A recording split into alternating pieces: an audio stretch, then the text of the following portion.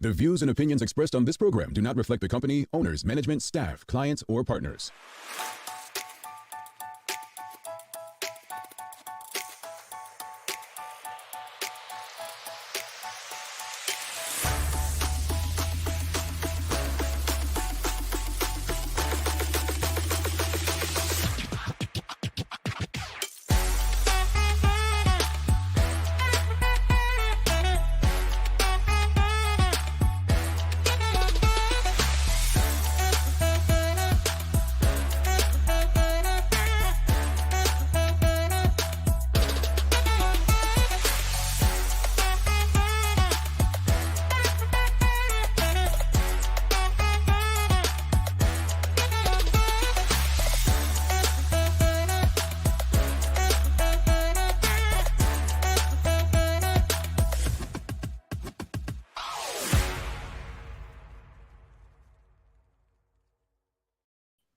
It's Thursday, the 9th day of June, 2022. Welcome to the Daily Hour, brought to you by Medical House, One Communications and Lindos. I'm Jamal Hartman, she's Sancha Durham, and Leanna Lambert will be with us in a bit to bring you the latest in her news break, brought to you by People's Pharmacy.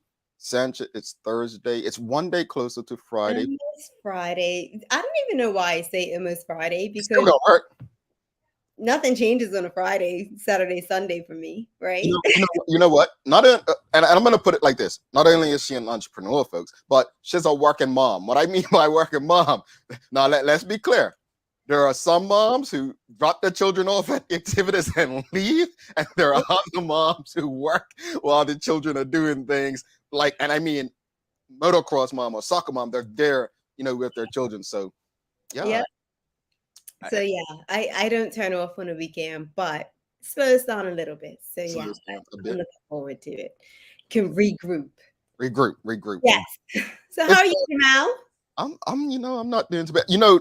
Forgive me for what I'm about to do, but you go for your annual, and doctor says you need to start, taking care of yourself a bit better. So I'm what's the stuff? Not porridge, oatmeal. Got my oatmeal here, so don't mind me, folks. I'm a bit late with my oatmeal this morning, so trying to make these lifestyle changes. I know you mentioned yoga the other day when we were talking in a private conversation, and yes, Nick been trying to get me to do that for years, and I just don't think this brother's flexible enough. But I'm gonna try it. I'm not flexible at all. But I can say I've done maybe a few yoga classes, but when I leave, it's more about like I feel like at peace. Oh. That breathing through it, and it's like a form of meditation or something. Kind of. You know what? We need to get somebody who does yoga back on, because and then forgive me for this, folks. Don't beat me up for what I'm about to say. I always thought it was for ladies years ago, and I came out of that. No. This was years ago. I'm talking years ago. Yeah, I thought it was lady thing, and then I realized no, it's for everyone. But I've heard recently about a reggae yoga. I don't know who does it in Bermuda. I'm gonna find out, but that would be right up my alley. You know what? Those see, it was a time. Let's say the mid 2015, around that time. Mm-hmm. I remember it was so many things. You had a Zumba and what was the other one? Not yoga. What was it? Where you climb on ropes and stuff. I can't remember what it's called. Folks, if you in the audience know what we're talking about, let us know. I honestly can't remember. I don't know what you're talking about. I don't know. Maybe somebody will let you know at some point. All right, no worries. We'll get back to it. Oh, I want to say something, right? So H&H Gumbears, that's our bias, at least Sancha and I's bias. I can't speak for the others on the show. That's our truth, right? So yesterday I was scrolling Facebook, and I saw the Griot, I think I'm pronouncing it right. They have these in partnership with H&H. They're selling these Gumbe shirts, and I was like, this is being frank and honest again. I've been in Bermudian stores, mainly tourist stores, during my time in tourism, and I see these shirts with Gumbears on them. They don't look nice, but they have Gumbears. And from what I've heard, they're not even Bermudians that are producing these shirts. Well, I saw this shirt. Not only did it look good, but there's a partnership with H&H, and also the Bermudians that are producing the shirts. Well, I tell you, I wasted no time ordering my shirt. I Did you said, get one? I sure did. No, I told them hurl it for me. I reached out personally afterwards. I was like, hey, I just ordered a shirt on your website. Please hurl me one. I'm wearing that cotton match. I might wear it both days, not wash. Jamal, I'm gonna treat you to a second one. We're gonna get you 2 colors. All right. I'm gonna treat you. Okay, cool. I'll get this. I'll get the other color too, folks. So you won't see me in the same shirt on cotton match, the same color. All right. Let's get to today's conversation for you all gets talking about me and my hygiene. So look, we've got greetings everyone, and thanks for making us part of your daily routine. A good one today as we welcome Coach Leo Burgess of LB Performance. He's coming on. Should be a good conversation. I did a bit of reading about him. This one too. I have watched Leo. Obviously, Maddox, my son Maddox, is into everything. He is at LB Peak Performance. So I have watched them grow over the years. And this one's a little special to me because, I'm proud and we talk about Black men doing things in the community. This one makes me happy. And I'm happy. I'm happy that Sancho said, let's do this, because I absolutely love, and having coached young people not to his level, it's encouraging to see a brother doing this. The Daily Play is a name that place. Folks, Sancho might need your help. I'll leave it at that. But let's get into today's conversation. So there's a report in the Royal Gazette, folks, about opposition and some members of the public unhappy with some legislation that's being passed to allow tour vehicles into Bermuda's public parks. And there were years ago, I know someone wanted to take ATVs, I believe it was, into the public parks years ago. And still now, Bermuda doesn't have any casinos operating. We don't even have gaming companies open right now, according to the Royal Gazette yesterday or the day before. We've missed the boat on cannabis. We've missed the boat on gaming. We've missed the boat on ATVs and all this stuff because a level of, maybe it's the environmentalists, maybe it's conservatism. But the question of the morning for all of us is very simple. Are we too conservative to grow our economy in Bermuda? Are we too conservative to grow our economy in Bermuda? What do you think? Do you think, I remember my days in tourism center. I honestly could not believe when I would go to these high-end meetings, what people's expectations were versus what we can deliver. Let me be clear, folks, and let me put my, just all things honest and on the table. I currently work for the Palm Beaches, Palm Beach, Florida, for their tourism organization. Just yesterday, I was at Lion Country Safari. It's a safari in it's Palm Beach County. And everything I've done recently has nothing to do with the beach, right?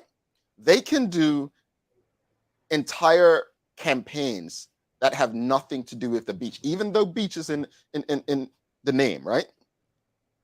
The challenge for Bermuda when I was there was, outside of the beach, what do they really promote and talk about to drive people to Bermuda? I'm at a Boston Globe travel show in February, and the majority of the people said, well, I can't go there. I want to go somewhere, sit on a beach and get tan.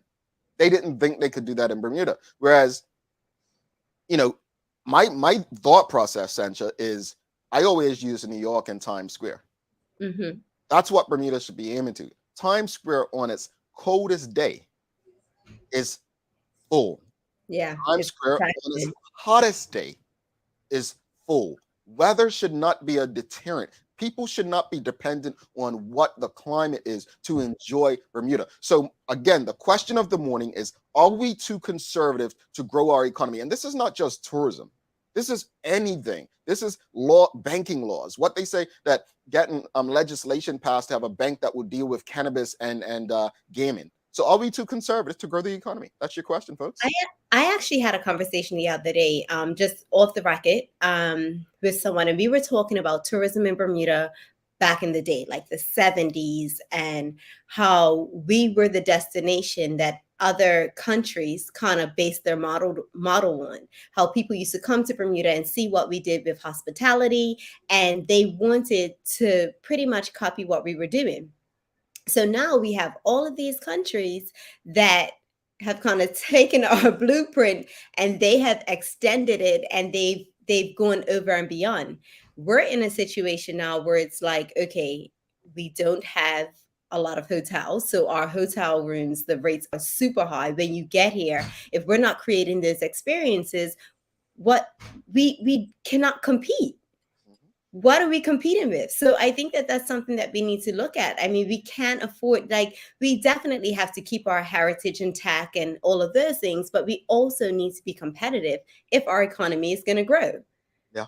I again, your knowledge on this is greater than mine, and I worked in this space probably a bit longer, but Yeah. I appreciate what you just said, and I really hope that people take it in. Yeah. Yesteryear versus now, right? I don't think that we evolved with the times. I don't think we evolved to put ourselves in the best position to succeed. I don't think that we've, yesterday, Sherry and Phil was speaking about, was it the Deliverance replica? I think it's called the Deliverance replica. And someone in the audience was like, send it out where shipwrecks go, right? And for me, my question was, do we need to hold on to all parts of the history? Or can we adapt that history so that it reflects the new audience? That, somebody said the other day, it was young Teray Toll, right? When she was on the show. Every generation has a different fight, a different battle, right? To me, we need to look at the way we conserve history, we keep history, and find out if it's in the best interest to grow our economy. Question of the morning, folks. Sorry, it's not up on the screen, but the question of the morning is, are we too conservative to grow our economy? Sanj, let's go through some comments real quickly. Shikarena and Karen Simmons, then I know you had a comment. Bermuda is way too conservative. If it makes any kind of noise for a period of time, people don't want it. That is so true. Karen says, yes, we are too conservative. As soon as it's a bit of noise, it's just like, I don't know. We have to strike that balance. We really have to find that balance. That whole, and I'm sure this is a different topic, but the noise levels and, when there is an event, it's like, listen, guys, it's one night. It's one night. I was going to bring it up because of you, because, okay, Sancha and I, we have a lot of back talks, right? So I was saying to Sancha, like, was it last week or 2 weeks ago? I said, yo, Juggling reminded me that you put on the band Drumline Bermuda some years ago. Now, folks, if you didn't, I mean, I didn't go to a historically black college. Go to a college that had a band, but if you know, is my point. And that event was so huge, and I'm wondering, whether because of the time of day that was, you probably didn't have noise complaints, or did it did go into night. But it was at National Stadium. I feel like things at National Stadium are, they're a little more forgiving. But I know I went to an event. I won't call the name of the establishment, but it was like close to Front Street, residential sort of. And it was a dinner. We had a DJ. And as soon as like 9:30 hit, it was like, turn the lights off. You're making too much noise. We're getting noise complaint. It's like, come on now. We can't expect people to want to come on vacation and actually do things, let their hair down, and then we're complaining about noise at 9:30 at night. We are very conservative. Yeah, and we like to complain. I remember it was last year. I can't remember last summer. We spoke on this show about noise complaints to do with something, folks. Help me if you remember. But I remember growing up, people used to complain a lot about the noise at Bernard Park. Remember, they used to have a lot of concerts and shows. And yeah, I'm just like, it's one night. There was no violence back then. It was just good events. We've got a lot of comments. Let's get through some. Are we too conservative to grow our economy? Abby Rogers says yes. Renee Simmons says, yes, we are way too conservative. Some of these draconian laws need to stop. I'm waiting for a Red Lobster and a Cheesecake Factory can be done 60-40.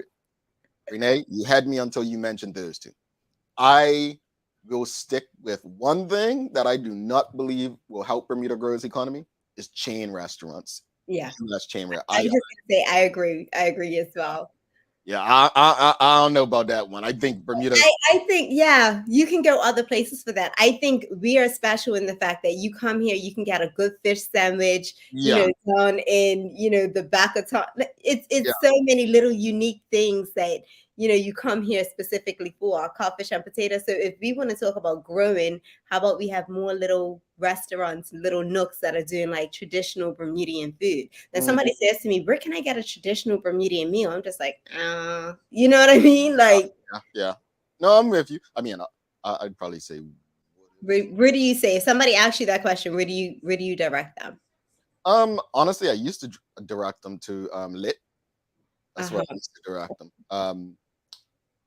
Now I would probably say, Water and Hole like Woody's. That's a Mhm. good place to check out. Let's go back to the questions, comments. Traveling Trotty says, yes, we are too conservative in many areas, which prevents us from growing and diversifying. I like the term of that word. Yeah. Sam, please, Sanj. I don't think we're too conservative. I think the government trying to have their hands in the pots way too often, that adds to the red tape. Folks who make noise a bit, but then realize good business. You know what? I was gonna say that. Like, I think that we get a little we make noise, but Mhm, then we forget about it. But I think it's also come to that space where we talk about Bermuda as a brand and a product. mhm. We had it good for so many years that I think now we become a little lazy, and it's almost like we don't have to go over and beyond. Where's our nightlife? Yeah, When you have a tourist that comes to Bermuda, like I say, by 9 o'clock, what do you do after that? You look yeah. back. I grew up. This is what got me into entertainment, like why I was big on entertainment and production. Mhm. My dad used to work for the Follies at Southampton Princess. So I was like a little girl going into and looking at these women that were like so glammed up. And it was a show that went on for years. And it was amazing to me. Like it caught me. Mhm. We don't have any variety shows now that people can go to at night in Bermuda. What I, do you? yeah, I remember when Cleo Zan stopped doing things. I mean, so I mean, everybody, young people. Well, when I say young, our age, think Playhouse Mhm. was just reggae, Playboy, every weekend, Soldier One, whatever.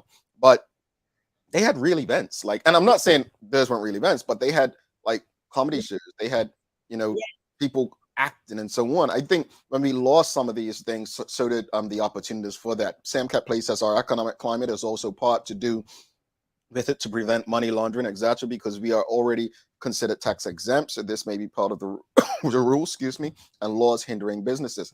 Shikarina says Follies gone, College Weeks, Booze Cruise gone, Pirates Island gone. Traveling Trotty says, why don't we have more beaches that have services? For example, drinks and food, umbrellas, etc. Do you really think tourists will carry an umbrella and cooler to a beach? She mentions Chico and Teas. Chico and Teas is a new place to get traditional let food. me tell But they're you. coming on soon, folks. They're coming on. I went to Chico and Teas last night. So You just telling me? Come on now. no, I was gonna mention it, but we started talking. So night before last, Jesse had some fish, and I was like, let me have a piece. So I took a piece of it. And then last night, I was like, I need more of that fish. And I went there and he was sold out. I was like, I'm coming back today. Really? Yes, I, it I was good. sold out is a good problem to have, Yeah. especially at restaurants. And he was like, we're sold out again. I'm sorry. And I'm like, I came here I just want fish, just an order Yeah, of fish. That's it on my way home. So I'm going again today. I want to hit Renee Simmons. She says, no Cheesecake Factory. We can still have Bermudian cuisine, but I love my. I'll tell you this much, Renee. I said, and I may be judging you wrong. I think if you had one present, you will lose interest You fast. would love it as much. Yeah, you if it's there for you every day, trust me, it wouldn't. Yeah. Teresa Emery says the problem is we don't do any one thing exceptionally well except reinsurance and gumbies. E.g., TNC is topping out with beach resorts, nothing else. I think she's speaking about TCI, Turks and Caicos Islands. Mhm. So TCI is a great example of a place with relatively nothing, but a lot of something. And TCI is everything that Bermuda once was. TCI is what some Bermudians still think Bermuda is. This is going to hurt some Bermudian feelings, but I'm going to say something that's so true right now. You know what comment I laugh at when people say, I live where you vacation? I find it so ridiculously funny. And here's why I find it funny. People in Thailand, they're kicking your ass in tourism. They can say that. Little town called Lauderdale by the Sea in Florida, kicking your ass. They can say that. Little towns in Texas and Colorado Springs and Colorado and like places you've never heard of, kicking Bermuda's ass, can say that. Yeah. Truth is, Bermuda and Bermudians, it just isn't as great as you want to make yourself believe. And you know that. You know that. The thing is, if you're in denial and you can't realize that Bermuda is not the destination that we need it to be, then we're part of the problem. Bermuda has a lot of potential. It is a mature destination. What I mean mature, TCI, Turks and Caicos Islands, they have a lot of room to grow and build. Bermuda's too mature. We have no space to build. But we have to get our hands out of our backsides and heads out of our backsides and realize that we have work to do from an entertainment perspective, from a product perspective. But even if like being mature is actually a plus. I know me now, like I want to go to a mature destination that has something for me when I get there. I don't want to do a Cancun. I don't, I'm mature, but then you look at it, the mature destination, those people have disposable income. We just need to create the product for them. And for me, I keep wondering, why can't we create that product? And I'm a person that creates product, right? Economics. It comes down to, and when I say economics, sometimes economics is simply essential, and you're gonna love this one. It's simply about having the right people in the room. I'm just gonna say it, because truth needs to be told. And sorry if this is your friend or the audience friend, but when you have egos at the front of certain things, egos don't get business done. Yep. Brilliant minds get business done. Business minds get business done. So if the people leading our tourism are all about ego and stature and like titles, then this is what you're gonna get. Bermuda is in a tough position, and I feel for the good people who are doing the work to get stuff done, but they need to be left alone to do the work. We gotta move on because we are a bit behind time. Let's go through these comments real quickly. Traveling Trotty says it's also a concern that many on the front lines who are guest workers do not know basic Bermuda history. Well, I mean, there was a time I lived in New York. I visited New York, and most of those yellow cab drivers didn't even know where they were going. They didn't know New York City. I mean, I know it's a difference, but some of them just, I just don't think that plays as much a role as people think. But I kind of understand what she's saying, because I know I've sat down at restaurants, and me being Bermudian, where I have a Bermudian server, and I can honestly say the experience is so much better. The conversation that you have, so maybe we need to look, and I'm sure, we're trying to get back there, but we need to get back to a space where hospitality is a thing. You know what I mean? You look back in the day, like the bar, everybody was trained. Let me just finish the comments because we are behind time. Sean Smith says, hell yes, remember the uproar by our seniors of the gentleman who wanted to redevelop Shelley Bay, as well as residents objecting to those guys who wanted to serve alcohol at Warwick Long Bay. Sam Cat Play says, I had the same convo with my group CEO about what do we really have to offer. Beautiful views is the only thing at this point. Everybody has beautiful views. Michelle White says, yes, central product creation or the lack of it is Bermuda's problem. We don't need a cheesecake factory, but a creative person can create the same type of vibe, but Bermuda style, but maybe too much work. I'll say this much on this because we've got to bring Leanna in for the news. Everybody has beautiful beaches, beautiful views. Everybody has something to offer. It's all about meeting the demand of those who you're trying to attract. Let's bring Leanna in, see if I don't think she wants any of this. This might be conflict. Good morning. Good morning. I'm just going to simply say I love conversation like this. I absolutely do. And the reason being is because more discussions need to be held where we chat about what it is that Bermuda has to offer. And I would leave it at that. I like her safety approach, Sandra. Let's get over to the news break, and we'll be back. We've got Leo Burgess. This is, we had Neville Grant, CEO of Bermuda Commercial Bank, on Tuesday, and having Leo Burgess, and though two different paths, both Black men who I believe we should be celebrating. And I'll leave it at that and send it to Leanna and stick with us for the conversation. Over to you, Lee.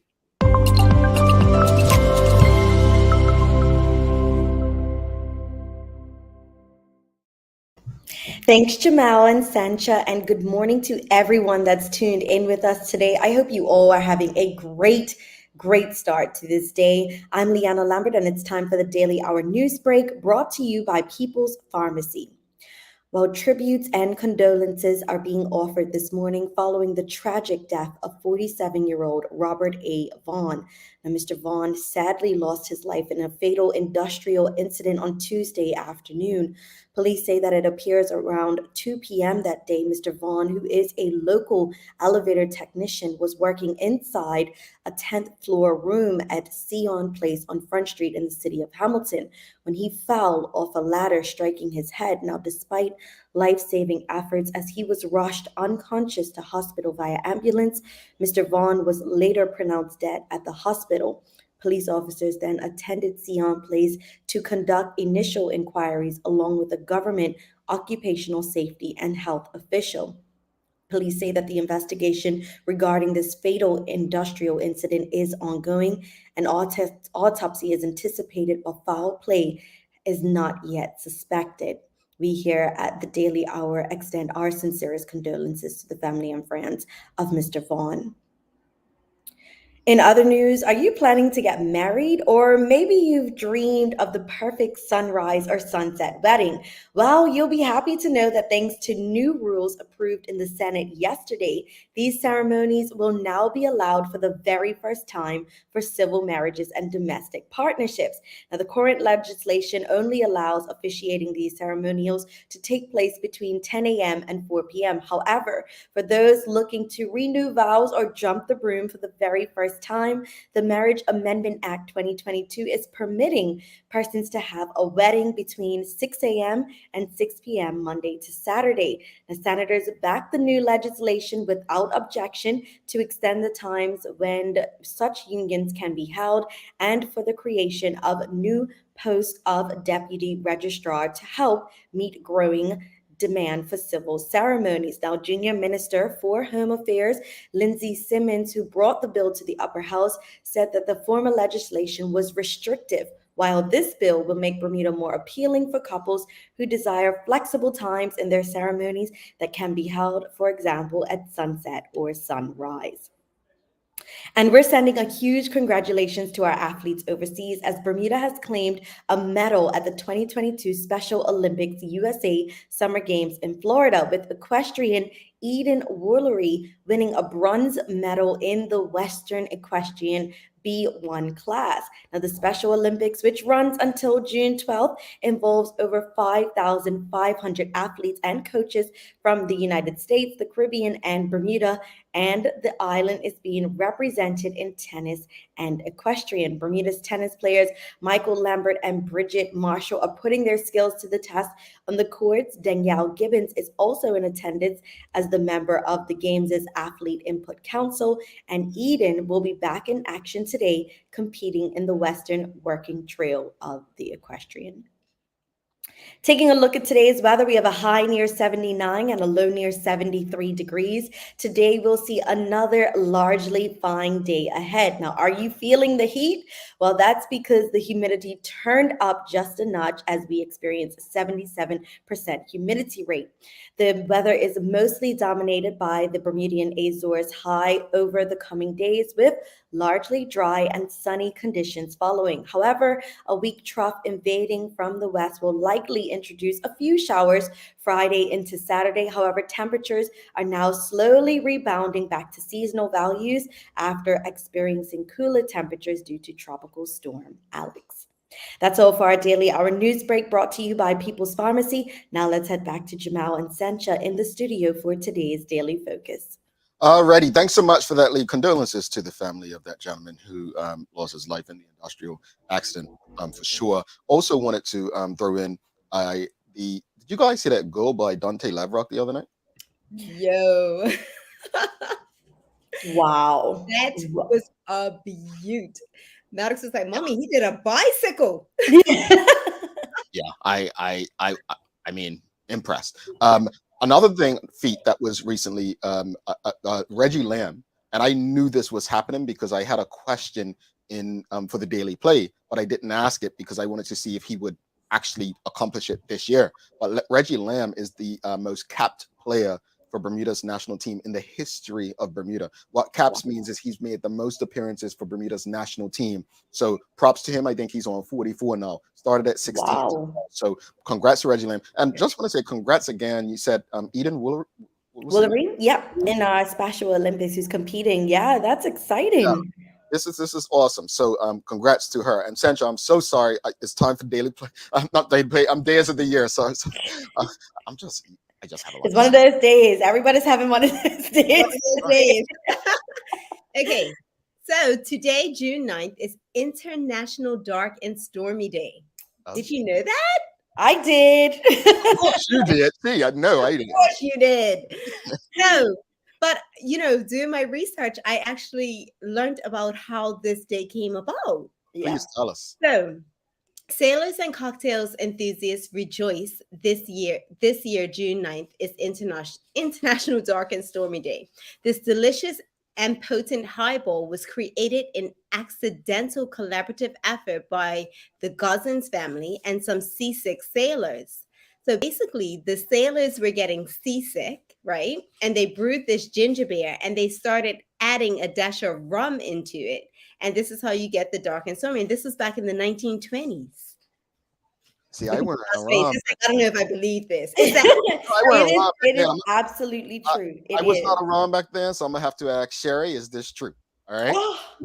What now? Anna would know. What do you mean? Why would you? I was just trying. Sherry, he apologizes. We apologize on his behalf at this point.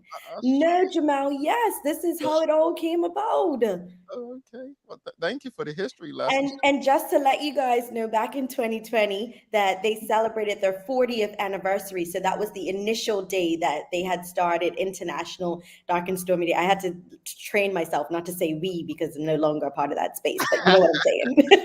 They still love you. They still love you. I hope so. Lee, thank you so much. We'll see you tomorrow.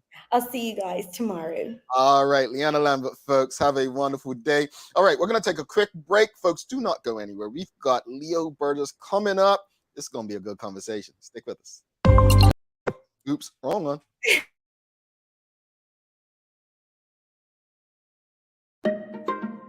People's ACW, located at King Edward VII Memorial Hospital, carries over-the-counter medicines, toys, cards, and even toiletries. Our knowledgeable staff are there whether you're at emergency, visiting family, or a member of BHB staff, to show you our best even when you're feeling your worst. People's ACW, we're here for you.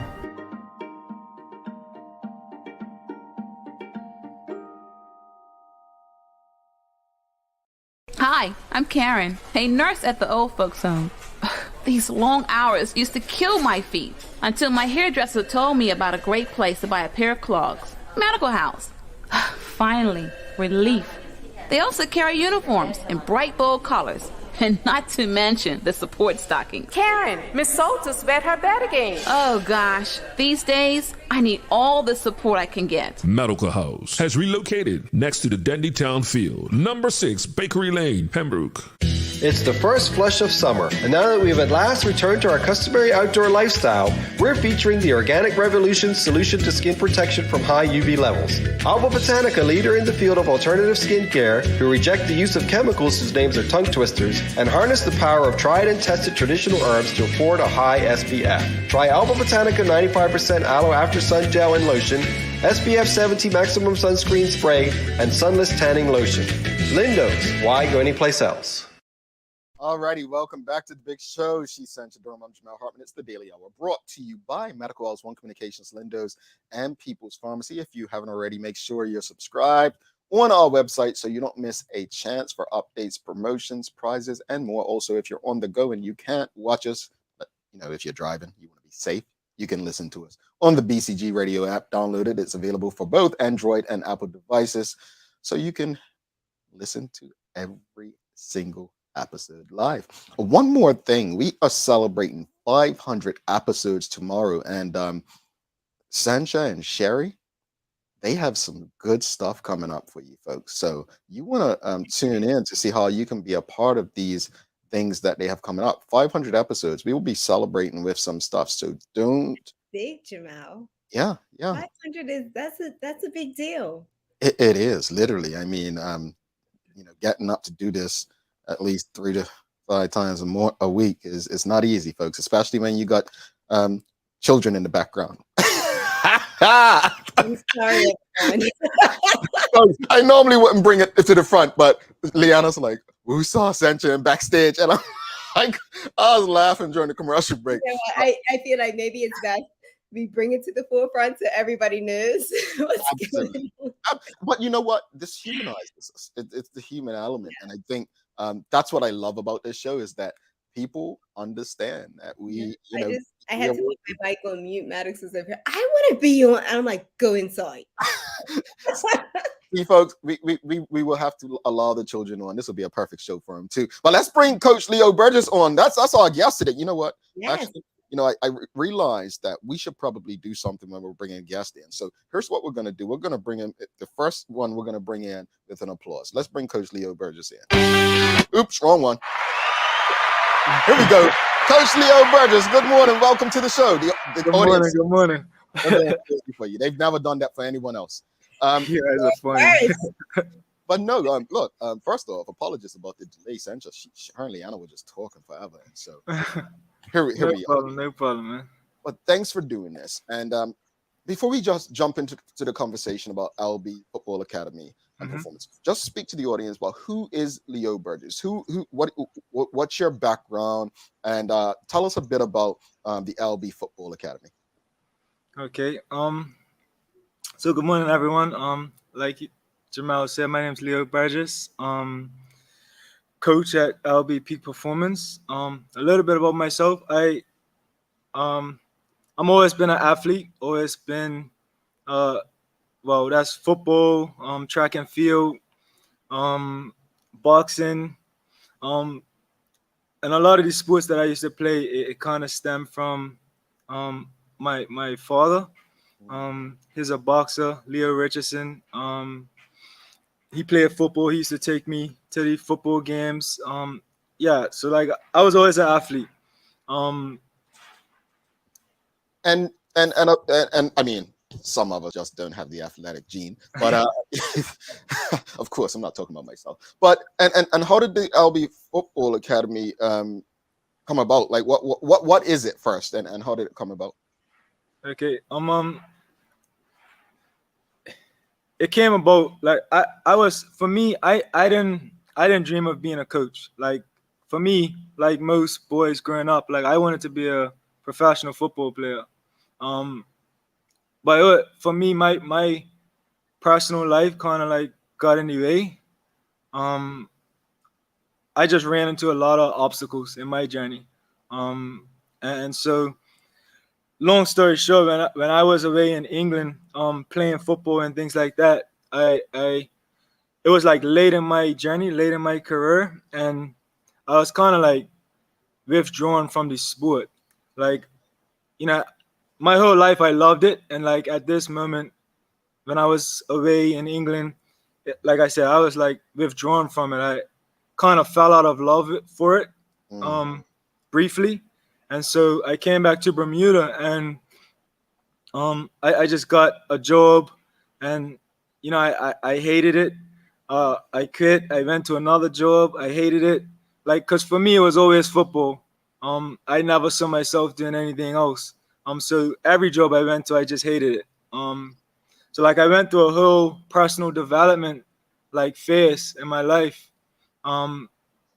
Because like I was going through, like I was depressed, I was like everything. And like through that personal development phase, I kind of like found that there was two things that I loved. One was football, of course. The other was like helping kids and using my life to like kind of push them along. So at first I tried like this life coaching business, which was fine. Like I spoke to different schools, different groups of kids, but like I felt like it was still something missing. And for me, like because I was going through that personal development phase, I found that like the missing element was football. So for me, it was like, how could I connect both of them? And that's when it all came about, with coaching. Interesting. So if I'm correct, I feel my son Maddox started in 2019. I want to say towards early when you guys first opened. And I can say that in my opinion, it has always been an excellent structure, but I have seen a shift. Can you explain like the shift in your structure and your model from 2019 to now? So in 2019, I was new. Like, I was still figuring out my coaching style, my like everything. So it was like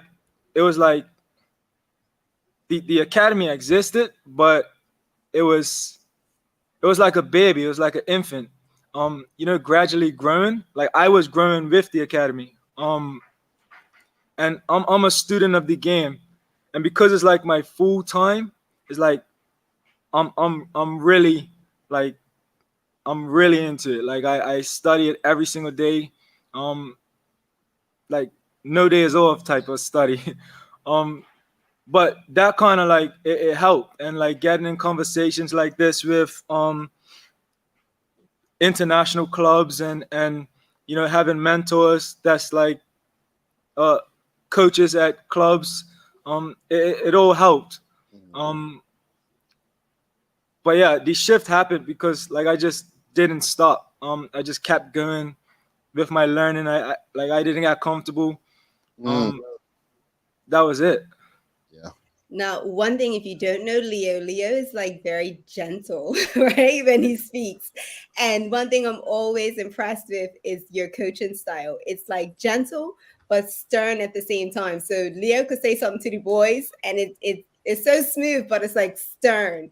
How can you explain why this approach works? So for me, when I was a player, I had a lot of coaches that used to scream at me. And it kind of like me as a kid, I was a creative player. I used to like taking players on. My favorite player was Ronaldinho and Cristiano Ronaldo. So like I used to like taking players on, just being creative. But with being creative at a young age, you're gonna make mistakes. And like I had coaches that used to scream at me when the mistakes happened, rather than encourage the creativity. So it kind of like it took that creativity away from me. Like I started losing my confidence on the field. So for me, it's just like my experiences really. That I want to jump in because I what he just said, I hope it stands out, not just in sports terms, but you have the classroom, but you also have the workplace. Like everyone, he does what he does in the manner he does it because how people treated him and how it didn't help him in his growth. He didn't react well to that. So what he's doing is trying to use that to be different and respond differently. And I like the examples you use because to be creative, you have to take risk in football. Cristiano Ronaldo, when he was younger, was one of the most annoying players because of the amount of time he lost the ball. But he and he was allowed to grow. So I like that approach, and thanks, Sancha, for that. That's an interesting approach that our mothers observed. Yeah. Leo knows I call him on a regular. We mess on a regular. Like, listen, what about this and what about that? I'm definitely involved. But another thing that impresses me is not only do you train the players, but you're training coaches as well. How did you come up with this strategy, and how do you balance the two? Right. So for me, like I just wanted to create an environment where everybody's chasing the best version. That's me, the coaches, the players, even the parents, really. And in that environment, it's kind of hard to get older coaches in because older coaches, they and not everyone, but a lot of older coaches, they're sold on the beliefs. So like it's hard for them to change and evolve. Whereas getting younger, younger man in, like I think the youngest coach I have is probably 18, but it's been with me since the start. But yeah, getting younger coaches in, it kind of like it's a mentor thing. Like I'm mentoring them, but at the same time I'm mentoring the kids, and I'm teaching them, the coaches, how to be, mentors for the next generation. And then, as the kids grow up, like I want them to kind of, help the next generation.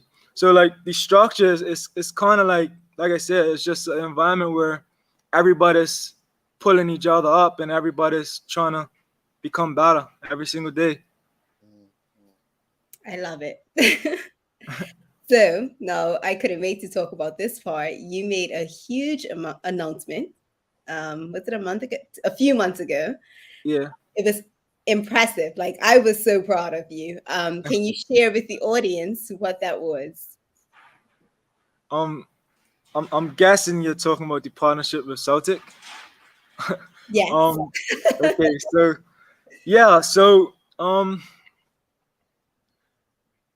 in my, like I said, everything for me is like, it's based off of my experiences as a player. I had a difficult upbringing, so like it was hard for me to get those opportunities that a lot of players got. It was like, and I didn't have nobody that was like really fighting for me to like get off the island and like do something in football. So like I just wanted to be that for the kids within my program. And not just for them, really. It's like, it's for Bermuda. You know what I mean? It's for the kids in Bermuda.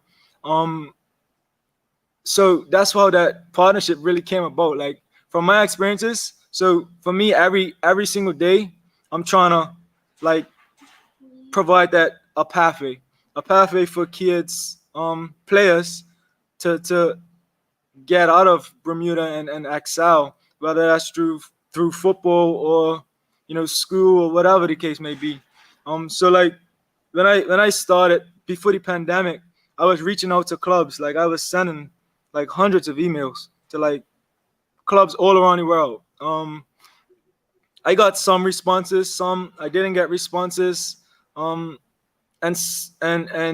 some just said no, we don't, we're not gonna work with you, whatever. But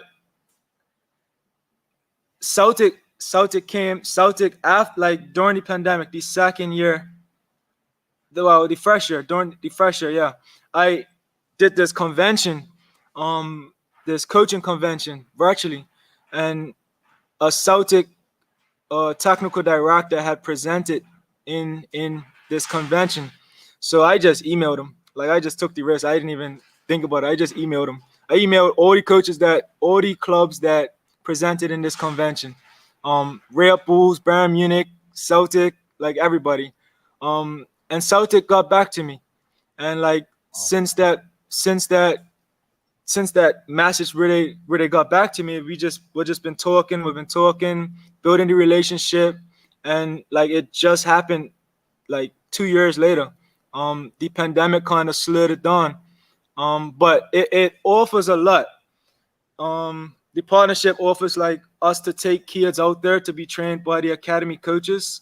The academy coaches are gonna come here and put on coaching conventions. Coaching seminars and coach the kids. It's a nice bridge. Jamal, did you hear that humble response? I'm guessing you're talking about the Celtics. Yeah. Humble. I'm impressed with what he said in terms of, look, he went there, he emailed them, like took a risk. His wording took that risk, folks. Honestly, like you never know unless look. I've been in sales my entire career. I receive way more no's than I do yeses. This guy's for sure. It's a businessman. This is a part of business. And what I like, Sancha, going back to the humbleness, is you seem like your demeanor is like, okay, they said no, on to the next. Some people literally sit on a no and will be like, oh, nobody wants to help me. I'm just in it, like, bro. But see, I learned like everything goes back to my experiences as a player. When I was a player, I did the same thing. So like I just carried it as a coach. Like the opportunities that I got as a player came from me emailing hundreds of clubs. I created a bootleg highlight video. I created this player CV, just carrying all my stats since I was a kid. And I just sent it to every club I could find, every email I could find. A lot of clubs said no. A lot of a lot of agents I sent it to sold me dreams. But I just kept going. I went away a few times. And I got denied. They said I need to work on this. I would come back home and I would just train on what they said I couldn't do or what I was lacking. And then I would go back, and then like they would say no again, and I would just keep going. Like, one door closes, another one always opens, and it's like thousands of clubs. So for me, it's just keep knocking until a door opens. And it's the same thing, man, as a coach. So what are your future goals for peak performance? Oh, jeez. That's a big one. Yeah. I wanna create something where, like, without going into these specifics, like I wanna create something that's like we don't have to go away anymore. Because most times players go away because that's the route to the professional environment. I want to create a professional environment here, connecting school and football together and creating like football development, I guess, school, where kids can learn the main core subjects in school, but they could also learn sports nutrition, all of that tough stuff geared to like in the football arena, sports, being an agent, everything. So like, yeah, I just want to create like a school and a state-of-the-art complex for footballers, for athletes. All right. We have quite a few questions and we're running out of time. So I just want to get the company's questions in the most concise manner. So Karen Simmons, she's asking, how do younger coaches get involved with LB Football Academy? Your approach and demeanor is how my 18-year-old son is on the field. Just reach out. Like, just reach out. What's an email or contact information for you so they can contact you? You could just reach out to admin at lbfootballacademy.com. Yeah, and just reach out. That's easy. Yeah. All right. So we've got Sean Smith saying, where are you located? How can someone join you? Just answered that one, but where are you located? Right now we're at Well Bottom in Southampton. And again, the same email you could use to reach out if you have kids or someone that wants to join. Yeah, it's pretty easy. Got a few good comments coming through. Nicole Walker says, so proud of Leo. It is amazing to see what he has accomplished despite obstacles life threw his way. Renee Simmons says, he reminds me of Mr. Donald Dane, an excellent, serious coach with a very calm demeanor. Coached my brother at Devonshire Colts years ago. We've got Rosalind Famous. That's an amazing partnership. Congratulations on what you're doing for Bermuda. I see what you're doing as a gift to young Bermudians. My final question to you, Leo, before you head out is, I know you have partnership with Celtic and hopefully even more clubs come on board. Do you have any partnerships or relationships with local football clubs where you assist any of the players in their current setups?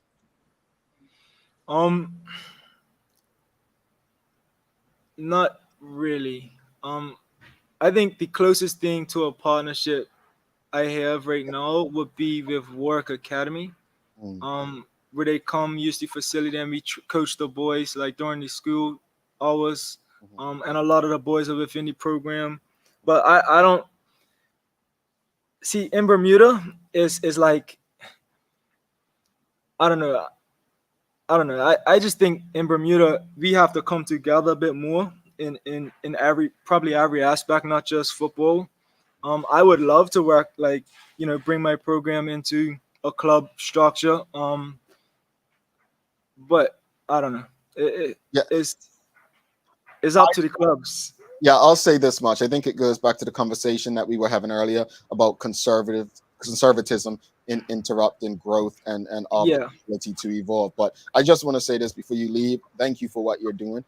My hope is that through conversations like this, more people will reach out to you. It was Edmund at LB footballacademy.com. Edmund at lbfootballacademy.com to reach out to him. Looking forward to having more conversations with you in the future and the work that you're doing. Thank you.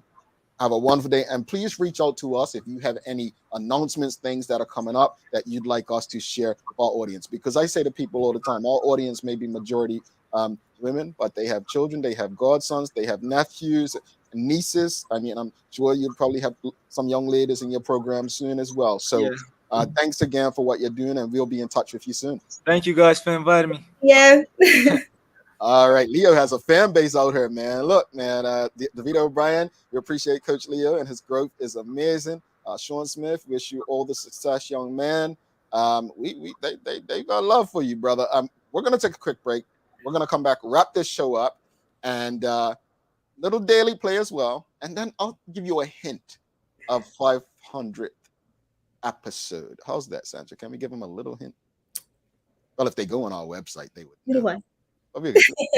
Stick with us. A lot happens around your home.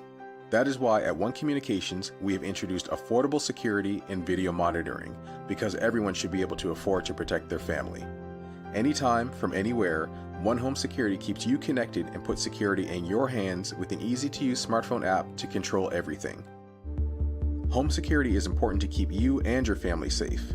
Motion-activated cameras around your home and security monitoring within create a complete security system providing protection both inside and outside your home.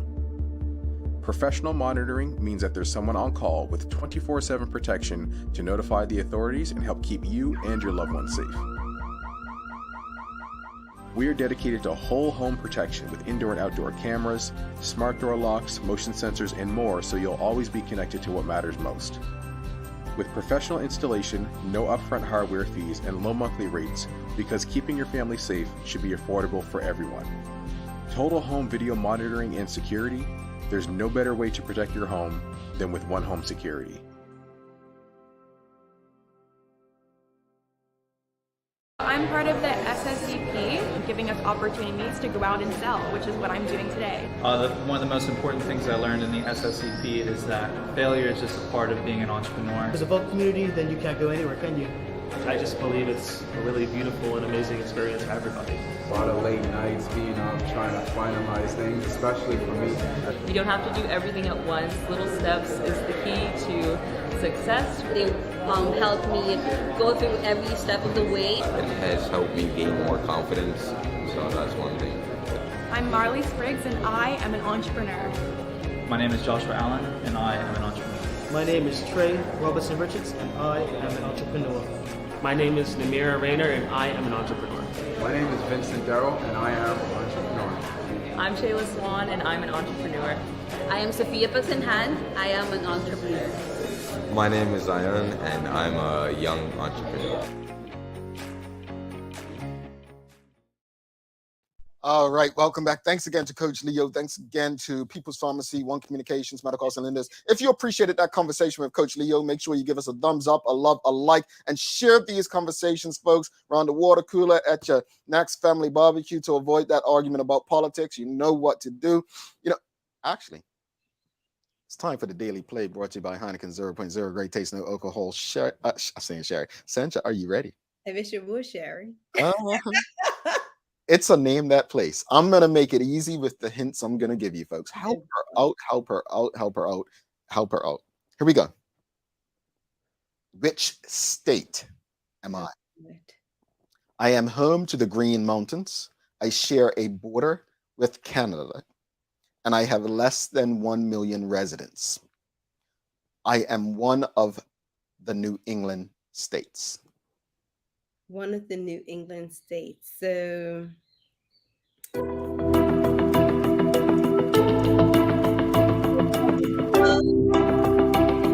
ahead, Google. Somebody said it. New England. Somebody got it. Nope. Massachusetts? No. New York. So Angela Cellini got it first. Vermont. It Vermont. is Vermont, not Maine, not New Hampshire. I have a thing against Vermont. I really do. Really? Yeah, my little brother went to school in Vermont when he was younger, and my mom used to make me take these drives. And when I tell you, Jamal, oh my, I'm like, really? We have to go again? Hate it. You know, Vermont's the only New England state I've never visited, and I really want to, but I love New England simply because of fall. Like the autumn is the most beautiful. But I think that would be it. Like taking the drive during fall would probably be beautiful, and I can probably embrace it a little more. But I think I was more so thinking about the track that I had to make there and back. oh yeah, Yeah. I've driven to Maine. Yeah, it's an interesting track. Anyway, final thoughts on today's show, Sancha? Final thoughts today. I think going back to the tourism situation, I think that we need to lighten up, let our hair down a little bit. You know, we are going to be in a position to compete with other countries that are doing it and doing it well, where they came over here and took our model and just, you know, enhanced it. We have to lighten up a little bit, right? But still keeping certain structures, whereas we keep the beauty of Bermuda, the specialness of Bermuda. So that's my thought on that. And with Leo, you know, I have always felt like Peak Performance and Leo is like a little gem that I found in Bermuda. And if you were to go there and to see those kids, I mean, you have like 8-year-old, not even like 6, 7-year-olds rainbow flicking and the speeding through these, like they're so, I wish we had a video where we could show you. Like these kids are so skilled at such a young age, and it's because of the time and effort that Leo has put. And he's very meticulous with like how he teaches them, what he teaches them. I was just there the other day, and I was just like, "What are they doing?" But I know he gets it. You know, I think Shy actually, a social media person, put something up on social media this morning of like some skills that are going on. So you'll be impressed. Hopefully everybody's following us on social. Regarding how can we are we too conservative to grow our economy? The answer to me is yes, we are. If we want to compete, we have to decide a bit faster how we go about doing it. I'm not saying get rid of and lose who we are, but at some point we have to evolve and change with the times. Coach Leo, amazing job. Need more like him. We need more like him. And you know, he did mention obstacles he overcame. And I want to use this time to say anyone out there who's going through something, don't let that obstacle define your tomorrow. Figure out ways, find the right people to help you overcome them or go around them.